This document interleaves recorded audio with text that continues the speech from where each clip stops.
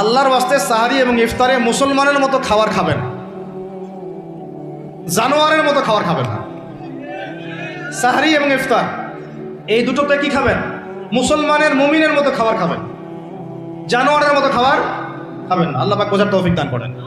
মানে আমরা কিন্তু সাহারিতে কি করি জানেন? 60 পেট খাই। কয় পেট?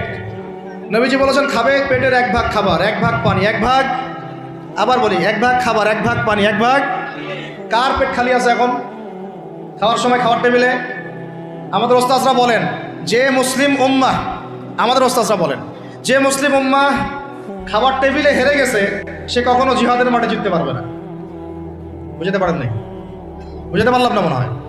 যারা খাবারের টেবিলেই হেরে গেছে, এখানেই তো আপনি সুন্নাহ মাফিক খাইতে পারতেছেন না, প্রবৃত্তির কাছে হেরে গেলেন, গপ গপ গপ গপ করে খাচ্ছি 7 পেট ভর্তি করে।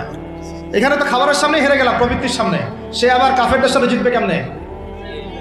জিতবে আগে নিজের প্রবৃত্তির উপর জিহাদে তো জিততে হবে। আমার মন চাচ্ছে যে না করি, করবো না, এটার নাম জিহাদ, এটাও জিহাদ। মন চাচ্ছে সুদ খাই একটু, খাবো না, এটার নাম কি? জিহাদ। মন চাচ্ছে নামাজ না পড়ি, ঘুমায় থাকি, মন চাচ্ছে না, মন বলতেছে ঘুমাই ঘুমাই ঘুমাই, কিন্তু নামাজ পড়তে হবে। এই উঠলাম, অজু করলাম, গেলাম, এর নাম কি? এটাও এক প্রকার কি? বরং নফসের সাথে জিহাদটা অনেক বড় জিহাদ বলা হয়েছে, বলা হয় নাই? এটা মানুষকে শক্ত করবে। একটা মেয়ে সেটা প্রেম করতে মন চায়, করবো না, ওকে দেখবোও না, যাবো না কাছে, এটা শক্ত থাকার নাম কি? এটা মনের নফসের সাথে কি বুঝেন? তো আল্লাহ পাক আমাদেরকে নফস শক্ত করার তৌফিক দান করেন।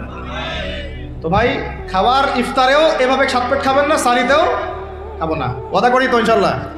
শোনেন।